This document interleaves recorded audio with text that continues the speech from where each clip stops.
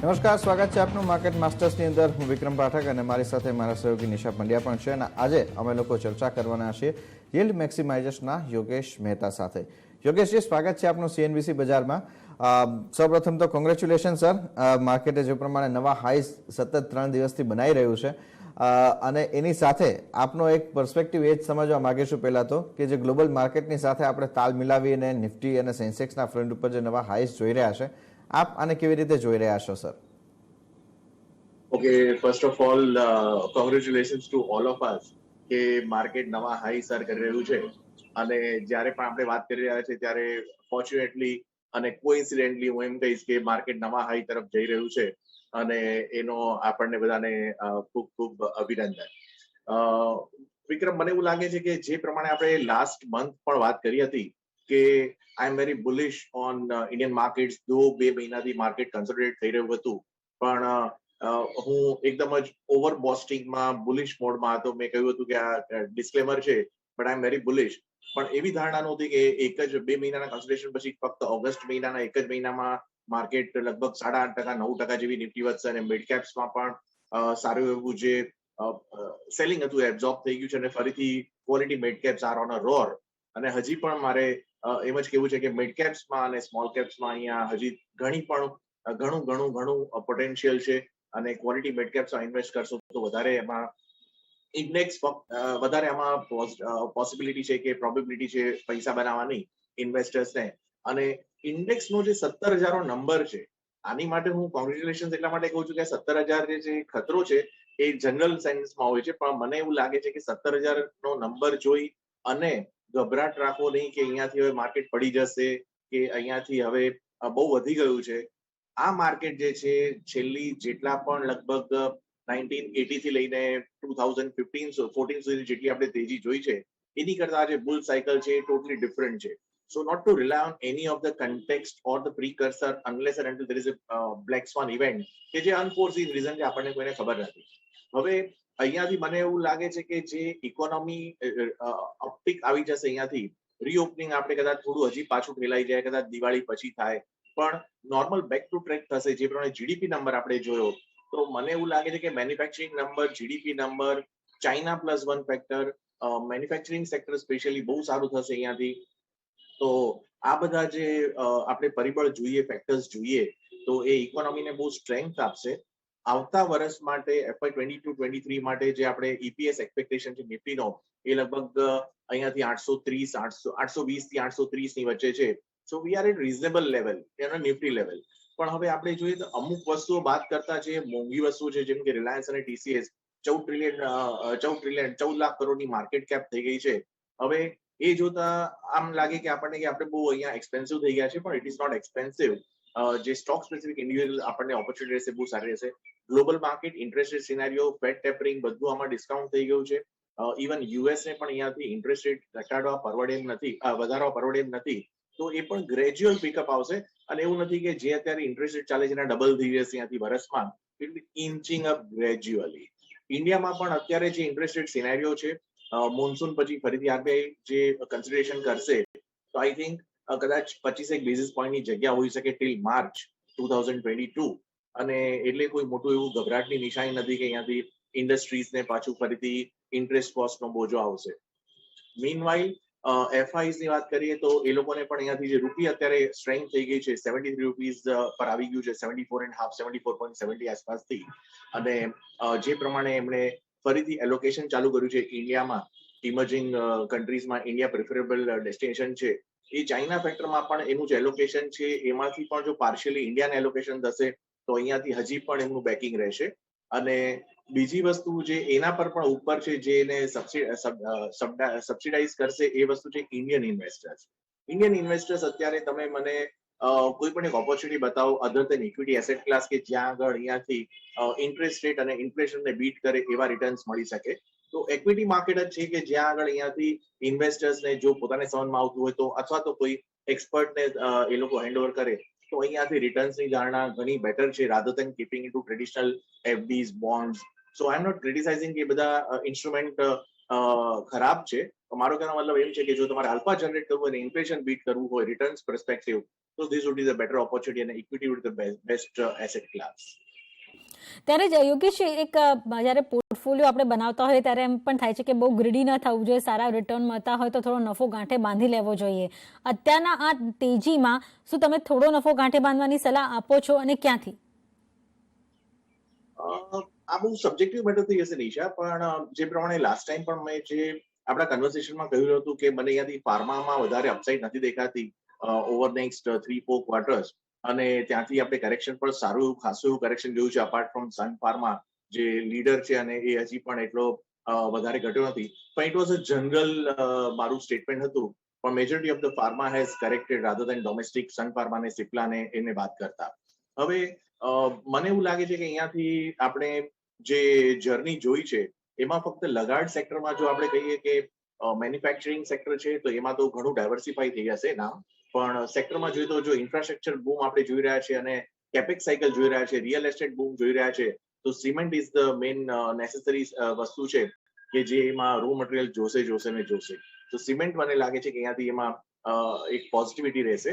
પણ સામે નફો બાંધવાની જે આપણે વાત કરી રહ્યા છે, I think mid cap small cap opportunity સારી છે, પણ નફો બાંધવા માટે જે મેં આઈટી સેક્ટર છે કે ફાર્મા સેક્ટર છે જે મેં સ્ટેટમેન્ટ આપ્યા હતા એ જ રહેશે. અને મેટલ્સ એ અહીંયાથી ખૂબ જ હાઈલી વોલેટાઇલ રહેશે, અને એમાં ઓવરનાઇટ કોઈ પણ સ્ટેટમેન્ટથી એમાં સેન્સિટિવિટી આવી શકે છે. તો અહીંયાથી મને એવું લાગે છે કે metals is a space subjective મેટરમાં કે એમાં અહીંયાથી હવે અપસાઇડ થોડી બહુ જ લિમિટેડ છે, થોડી નહીં બહુ જ લિમિટેડ છે, unless and until because everything is discounted, debt એ લોકોનું ઓછું થાય છે, એબિટા પર ટન જે છે ઇમ્પ્રુવમેન્ટ થઈ ગયા છે, અને લોન જે છે થોડી ઘણી રીપેમેન્ટ કરે છે. કોઈ પણ મેટલ કંપની 100% લોન રીપેમેન્ટ કરતી નથી. તો આ બધું બહુ સબ્જેક્ટિવ છે, પણ ઓવરઓલ હું કહીશ કે તમે જો ઓપોર્ચ્યુનિટી મળતી હોય સારી કંપનીઝમાં ઇન્વેસ્ટમેન્ટ કરવાની, તેમાં ડેફિનેટલી કરવી જોઈએ. આજે L&T જે છે 14 ને 15 ટાઈમ પી મલ્ટિપલ પર મળી રહ્યો છે, 3.5-4 લાખ કરોડની ઓર્ડર બુક છે, પેન્ડેમિક પછી પાછા એમના વર્કર્સ પણ પાછા આવી રહ્યા છે. તો આ જે વસ્તુ છે એને ઇગ્નોર કરી રહ્યા છે. કદાચ એવું હોઈ શકે કે માર્કેટમાં ટ્રેડર્સ ઓર ઇન્વેસ્ટર કમ્યુનિટી જે છે એ લોકો પ્રાઇસ મુવમેન્ટ આવવાની રાહ જોતા હોય છે rather than catching at a reasonable valuation level. તો હું કહીશ કે અહીંયાથી L&T પણ સારો છે ઇન્વેસ્ટમેન્ટ કરવા માટે, હજી પણ 1700 નો જ ભાવ છે, સો મે બી 14.5-15 ટાઈમ્સ પી મલ્ટિપલ પર છે. Even if not 30 times double ન થાય, પણ એટલીસ્ટ અહીંયાથી તમને 33%-35% રિટર્ન પણ મળતું હોય તો nothing like it in a year time or 1.5 year time. તો એ રીતે આ એક મેં એક્ઝામ્પલ આપ્યું છે, અને ડેફિનેટલી યસ ડિસ્ક્લેમર મારું ઇન્વેસ્ટમેન્ટ આમાં છે જ, પણ આ જે એક ઉદાહરણ તરીકે મેં તમને આ કહ્યું, તો there are lot many opportunities available within large caps and the mid caps કે ત્યાં આપણે સિલેક્શન કરીને બાય કરવું જોઈએ. ઓકે, એની સાથે યોગેશ એક બીજું પાસું ખાસ સમજવા માંગીશું કે જે પ્રમાણે અત્યારે આખું આપણને વર્ટિકલ જીડીપીના આંકડાઓ બાદનું બનતું દેખાઈ રહ્યું છે, એમાં આપણને એક ટ્રિગર્સ ક્લિયરલી બનતા દેખાઈ રહ્યા છે કે આપણા ટ્રેડિશનલ બિઝનેસીસ ઉપર વધારે ફોકસ થઈ રહ્યું છે. ઇન્ડસ્ટ્રીયલ ફ્રન્ટ ઉપર આપણને જોઈએ તો ગ્રોથ સારો આવતો દેખાઈ રહ્યો છે. આ પર્સપેક્ટિવને આપ કેવી રીતે રીડ કરી રહ્યા છો સર? કારણ કે હવે આપણે જો સર્વિસ ઇન્ડસ્ટ્રી કરતાં જો આપણે ઇન્ડસ્ટ્રીયલ આઉટપુટ ઉપર વધારે પાછા ફોકસ કરતા દેખાઈશું તો એને લઈને આપણો ઓવરઓલ ઇકોનોમિક ગ્રોથ જે છે એ ઘણો વધારે રોબસ્ટ થતો દેખાશે.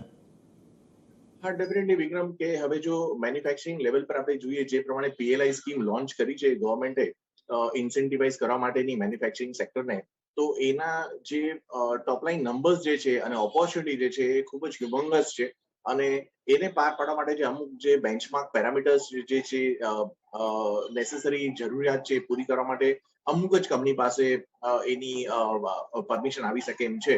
તો સિલેક્ટિવ ફ્યુ કંપનીઝ પણ આઉટસોર્સિંગ ઓર્ડર જે છે એ નાની SME કંપનીઝને પણ જશે. જેમ આપણે ઓટોમોબાઈલ જોઈએ તો ફક્ત મારુતિ એક કંપની આપણે જોઈ રહ્યા છે કાર મેન્યુફેક્ચરિંગમાં, પણ એ કાર મેન્યુફેક્ચરિંગ જેટલા પાર્ટ્સ લાગે છે 800 થી 1000 પાર્ટ્સ કે એનાથી પણ વધારે પાર્ટ્સ, તો એ બધા આઉટસોર્સ થઈ રહ્યા હોય છે. તો એ બધાને પણ એમાં એડવાન્ટેજ મળે છે કે ત્યાં આગળ પણ ઓર્ડર ફ્લો આવે. So I would say yes, definitely તમે કહો છો એ પ્રમાણે હું સમજ છું કે મેન્યુફેક્ચરિંગ ઇન્ડસ્ટ્રીમાં હવે જેમ સર્વિસે આપણા જીડીપીમાં મોર દેન 35% નું કોન્ટ્રીબ્યુશન આપ્યું છે, તો હવે ઇટ્સ ટાઈમ કે હવે નેક્સ્ટ જે સાયકલ છે અહીંયાથી, I am not talking about 2 months, 3 months, 6 months, I am talking about next 3 to 5 years. તો એ મેન્યુફેક્ચરિંગ જે સેક્ટર છે એ સાયકલમાં અપટિક થવાના હવે ઘણા બ્રાઇટ પ્રોસ્પેક્ટ્સ છે. યોગેશજી, અત્યારે જે પીક માર્જિનની ચિંતા હતી કે એના કારણે એક ઇમ્પેક્ટ આવશે, વોલ્યુમ પર ઇમ્પેક્ટ આવશે, પણ અત્યારના નવા તેજીને જોઈને એવું લાગતું નથી. પણ આ એકચ્યુઅલ ડિસિઝનને તમે કઈ રીતે જુઓ છો? કારણ કે ખરીદવા માટે પણ તો 100% માર્જિન જોશે અને જો વેચવું હશે તો પણ જોશે. તો આ નિર્ણય તમે કઈ રીતે મૂલવો છો? Nisha, to be very frank, મેં આ વસ્તુમાં બહુ ડિટેલમાં જોયું નથી બીકોઝ મારું જે ટેમ્પરામેન્ટ છે એ તો હું ફક્ત ડિલિવરી કન્સેપ્ટ જ રાખું છું. પણ તે છતાં પણ કદાચ આ જે 100% માર્જિન હોય તો એની માટે પણ મને લાગે છે કે સેબીએ ફેર વિચારણા કરવી જોઈએ. 100% માર્જિન એપ્લિકેબલ જો કરો તો it means we are almost in P2P segment, કે તમારે 100% પૈસા આપીને પછી જેમાં ઇન્વેસ્ટમેન્ટ કરવું પડે ઓર સેલ કરતી વખતે. તો એ મને થોડું વ્યાજબી નથી લાગતું. પણ હવે એની માટે ચર્ચા વિચારણા આપણે કરશું. પણ માર્કેટમાં જે વોલ્યુમ્સ છે એને થોડી અસર રહેશે. પણ મને લાગે છે મેં આપણે પ્રીવિયસ કન્વર્સેશનમાં પણ એકવાર કહ્યું હતું 3-6 મહિના પહેલા જ્યારે આવ્યું હતું ત્યારે જ્યારે પાર્શિયલ ઇમ્પ્લિમેન્ટેશન થયું હતું ASM સેગમેન્ટને એની માટે. પણ આનાથી કોઈ કદાચ ટેમ્પરરી એમાં હોલ્ટ આવી શકે. પણ જે પ્રમાણે તમને યાદ હશે કે 2000 I don't remember the year, પણ જે STT ઇમ્પ્લિમેન્ટેશન થયું હતું ને ત્યારે જે હોબાળો થયો હતો ને પછી જે યુનિવર્સલી એક્સેપ્ટ થઈ ગયું છે, તો આ ઢાંચામાં બી ફરીથી લોકો ઢળી જશે. કદાચ 100% માર્જિન ઇમિડિયેટલી અત્યારે એકદમ સ્ટ્રિક્ટ ગાઈડલાઇન્સ રાખી છે કે લોકો એને એડિયર કરીને ચાલે, અને રેસ્ટ પછી મને લાગે છે ધીરે ધીરે કરતા એમાં થોડું રિલેક્સેશન આવી શકે એમ છે. કારણ કે 100% જે માર્જિન છે એ વ્યાજબી નથી કોઈને પણ, જ્યારે સ્પેશિયલી સેલ ઓન ડિલિવરી. તો એમાં કદાચ રિલેક્સેશન આવી શકે, પણ એનાથી કોઈ જાતનું માર્કેટ સેન્ટિમેન્ટને એમાં તમે કોરિલેશન નહીં રાખતા, અને કદાચ વોલ્યુમ થોડા ડાઉન થઈ જાય પણ જે આપણું અભિગમ જે છે માર્કેટનો એ એઝ ઇટ ઇઝ રહેશે. ઓકે, માર્કેટના વોલ્યુમ થોડાક ડાઉન થઈ જાય તો થઈ શકે છે, પણ માર્કેટનો મૂડ જે છે તે અહીંયા આપણને મજબૂતી માટેનો યથાવત રહેતો દેખાશે. તો એ ફ્રન્ટ પર યોગેશજી એક બીજું પાસું ખાસ આપની પાસેથી એ સમજવા માંગીશું. રિસેન્ટલી આપણે જે બેન્કિંગ અને ફાઇનાન્શિયલ સેક્ટરની અંદરના મૂવ માટેની વાત કરી રહ્યા છે, આને સર આપ કેવી રીતે જોઈ રહ્યા છો? ઓકે, હવે જે પ્રમાણે આપણે ઇન્ટરેસ્ટ રેટ સાયકલની વાત કરી કે અત્યારે હોમ લોન અવેલેબલ છે 6.9 થી લઈને 7.5%માં, અને ઇન્વેન્ટરી લેવલ જે છે એ ખાસા એવા ઓછા થઈ ગયા છે.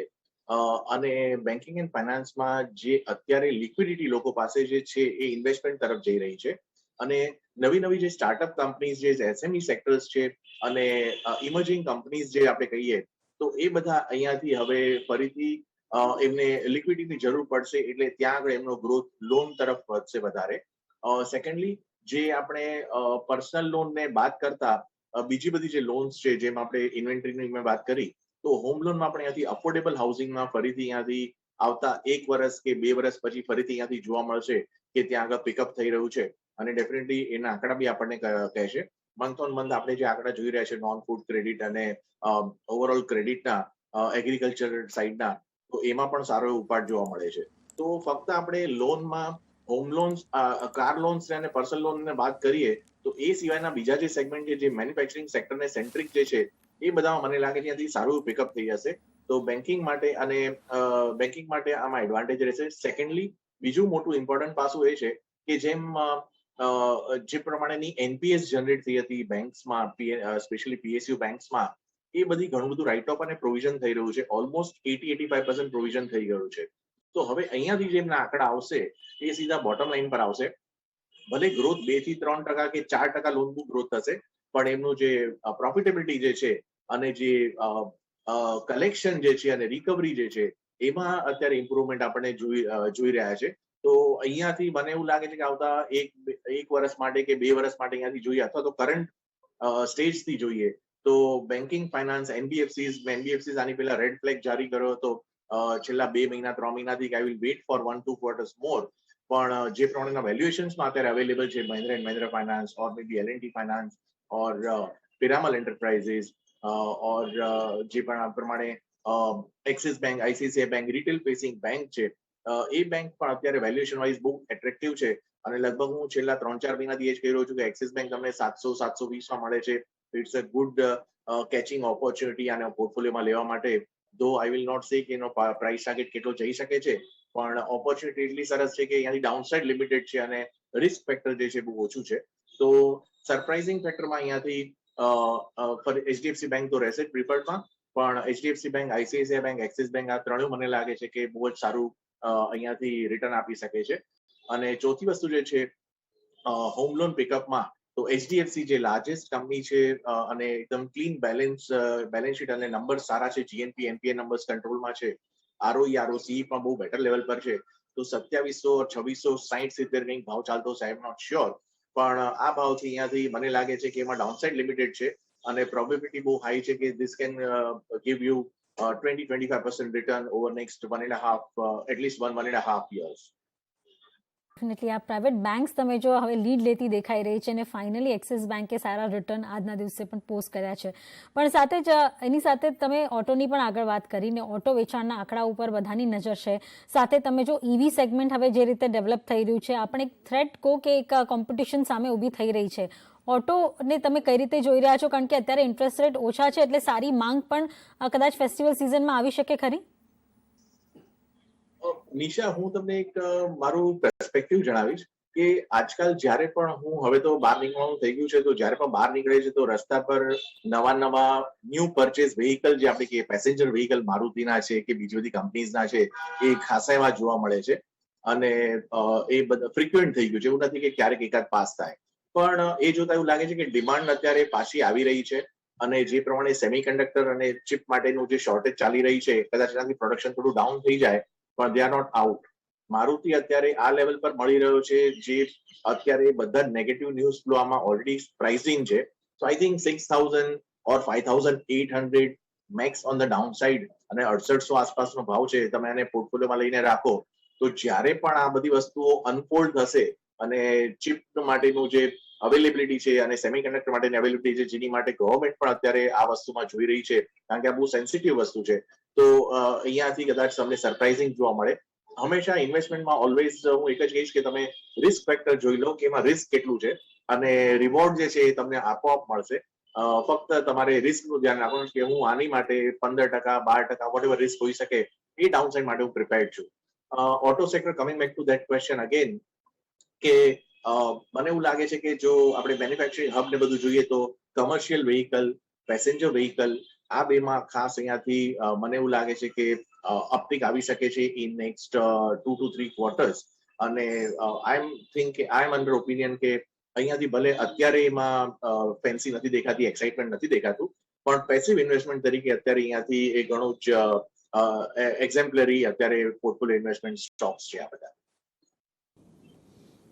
ઓકે, સાથે જ સર ફાર્મા અને આઈટી જે પ્રમાણે આપણને ડિફેન્સિવ પ્લેના એક મેજર પિલર તરીકે દેખાતા હતા, આઈટીએ મેજર આઉટ પરફોર્મન્સ કર્યું છે, પણ એ સામે ફાર્મા આપણને કુલ ઓફ થતા દેખાઈ ચૂક્યા છે.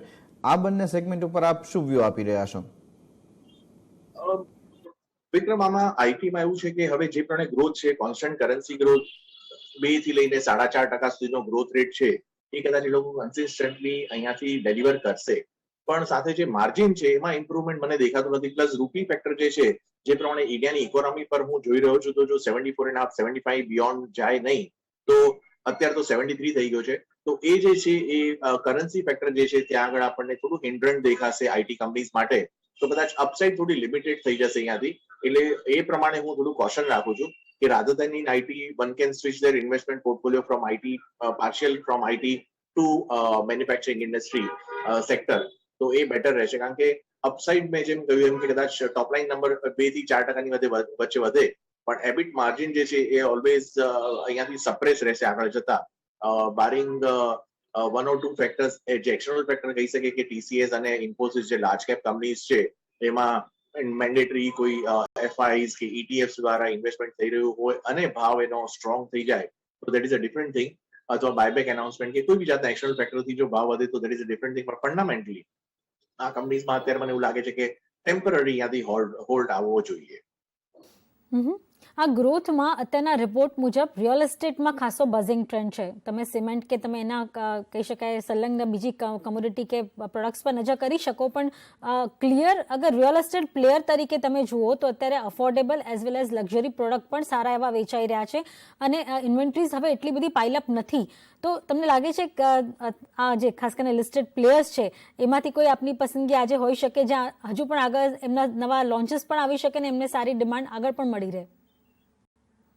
નિશા, આ વસ્તુમાં જે રિયલ એસ્ટેટ સેક્ટરની જો આપણે વાત કરીએ તો એમાં હું કમર્શિયલમાં જો આપણે જોઈએ કમર્શિયલ કમ રેસિડેન્સમાં તો ડીએલએફ જે બેલેન્સ શીટને અત્યારે સારી રીતે ટર્ન અરાઉન્ડ કરવા માટેના જેટલા પણ સ્ટેપ્સ છે એ લોકો લઈ રહ્યા છે અને આઈ થિંક આગળ જતા એમને બહુ ફ્રૂટફુલ પુરવાર થશે. જેમ ફોર એક્ઝામ્પલ આપણે જેમ ટાટા સ્ટીલમાં જોયું કે જેએસડબલ્યુ સ્ટીલમાં જોયું તો કે જિંદલ સ્ટીલ પાવરમાં જોયું કે recovery, date repayment, improved margin અને નવા કેપેસિટી એક્સપાન્શન આ બધા જે પરિબળ છે એમને આવતા 1-2 વર્ષમાં રિટર્ન્સ આપણને સારા દેખાડા. સિમિલરલી રિયલ એસ્ટેટમાં કમર્શિયલ કમ રેસિડેન્શિયલમાં બંનેમાં સારું એમનું જમાવટ છે ડીએલએફની.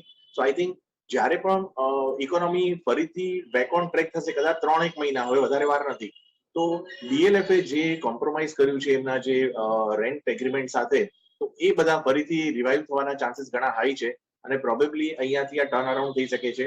આપણે જો હિસ્ટ્રી ગણીએ તો ઉપર ઓલ ટાઈમ હાઈ જ્યારે લિસ્ટિંગ હતો ત્યારથી લઈને market cap has gone by almost 85% જે કરંટ લેવલ ગણીએ તો એટલે 100 વાળી વસ્તુ 15 મળી રહી છે.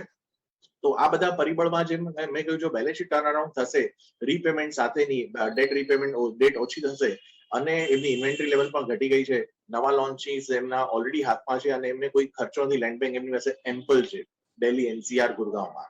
તો આ એક કંપની છે જેમાં જોઈ શકાય અહીંયાથી 320-325 આસપાસનો ભાવ હશે. અને બીજી બાજુ જો આપણે જો debt free companies always darling stocks છે જે ડેટ ફ્રી છે જેને કોઈ જાતનું કોઈ લિવરેજ નથી અને એમના જે કમિટમેન્ટ પીરિયડ છે કે એમના જેટલા